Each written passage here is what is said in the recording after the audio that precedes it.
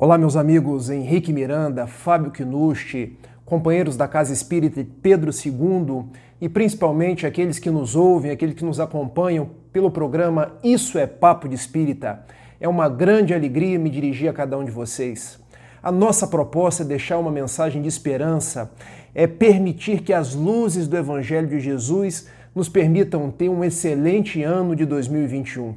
Porque muitas pessoas têm olhado para o ano de 2020 e pensado, puxa, que ano difícil, puxa, que ano onde, se nós pudéssemos, nós gostaríamos de cancelar esse ano.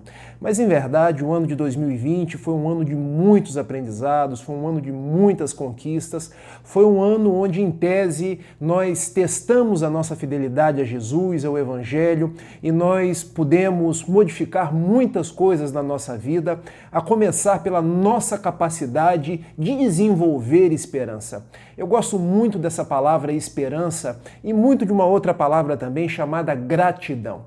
Porque gratidão é um sentimento que demonstra o nosso reconhecimento pelas coisas, o nosso reconhecimento pelas pessoas, e nos diz o apóstolo Paulo, na sua primeira epístola aos Tessalonicenses, capítulo 5, versículo 18, que em tudo nós devemos dar graças, mesmo nos momentos difíceis, porque nós estamos aprendendo algo. E com relação à esperança, a esperança é aquele sentimento que não morre nunca. Em verdade, a esperança é aquela proposta, é aquele móvel que nos permite seguir em frente. Então, quando olharmos para o ano de 2020, que possamos olhar com um olhar de gratidão. E quando vislumbrarmos o ano de 2021, nós possamos ter aquele olhar de esperança. Não esperança de quem sente e espera, verbo esperar, mas a esperança do verbo esperançar, como nos diz um grande professor e mestre brasileiro chamado Paulo Freire. Porque esperança do verbo esperançar é aquela pessoa que está sempre ativa, é aquela pessoa que está sempre à disposição para que as coisas se modifiquem. E neste mês de dezembro agora, ao ver tantas notícias negativas na internet, ao ver tantas notícias de pessoas, ai, que bom que este ano está acabando. Era um dia de noite quando uma voz no fundo de minha cabeça disse, meu filho, vamos escrever algo? Vamos colocar algo no Facebook, no Instagram, para que a gente possa mudar o rumo dessa prosa? E eu pensei, por que não escrever? Por que não tentar trazer um olhar positivo sobre algo que as pessoas vêm repisando sobre o seu aspecto negativo? Surgiu um texto que o nosso amigo Henrique Miranda gostou e pediu assim, será, Rafael, que você não pode fazer um vídeo ou fazer um áudio falando com a sua voz? Bom, e eu aqui estou para falar esse texto que nós escrevemos, porque eu nunca poderia ter a pretensão de ter escrito sozinho e endereçar a cada um de vocês como uma proposta de ano novo, porque o texto se chama Gratidão. Sim, este foi um ano grande, grandioso em nossas vidas.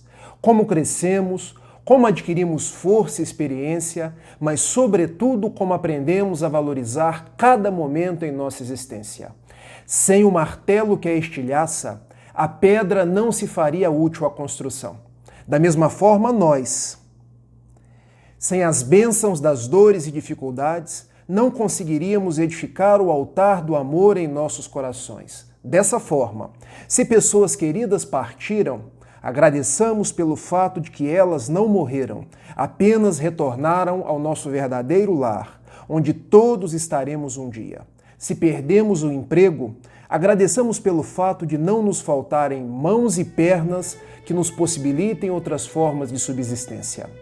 Se fomos visitados pelas doenças, agradeçamos pelos momentos de reflexão em torno dos fatos da vida e pela possibilidade de ressignificar os nossos passos.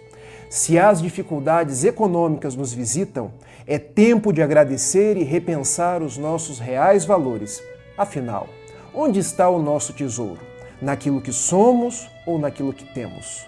Não cancelemos o ano de 2020, sob a alegação de que o mesmo só trouxe coisa ruim.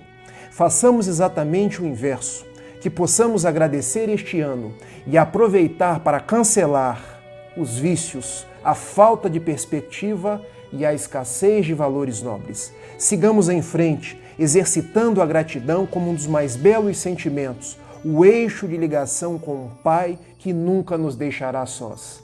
Esta então é a minha mensagem de Ano Novo, uma mensagem de gratidão, mas sobretudo uma mensagem de esperança. Deixo uma oração do benfeitor Emmanuel pela psicografia de Francisco Cândido Xavier, que eu poderia chamar de a oração do Ano Novo, a oração da gratidão, ou mesmo a oração da esperança, quando ele nos diz assim: Senhor, ensina-nos a orar sem esquecer do trabalho, a dar sem olhar a quem, a servir sem perguntar até quando, a sofrer sem magoar seja quem for, a progredir sem perder a simplicidade, a marchar para a frente sem contar os obstáculos, a desculpar sem condições, a semear o bem sem pensar nos resultados, a ver sem malícia, a escutar sem corromper os assuntos, a falar sem ferir, a compreender o próximo sem exigir entendimento, a respeitar o semelhante sem reclamar consideração, a dar o melhor de nós além da execução do próprio dever, sem cobrar taxas de reconhecimento. Senhor, fortalece em nós a paciência para com as dificuldades dos outros, assim como precisamos da paciência dos outros para com as nossas próprias dificuldades. Ajuda-nos para que a ninguém façamos aquilo que não gostaríamos que nos fosse feito. E auxilia-nos sobremodo a entender que o melhor ano de 2021 será quando cumprirmos os teus desígnios com gratidão, com esperança e da forma como tu queiras, hoje, agora e sempre. Meus votos de saúde, de gratidão, de esperança e, sobretudo, de muita paz. Um abraço e um beijo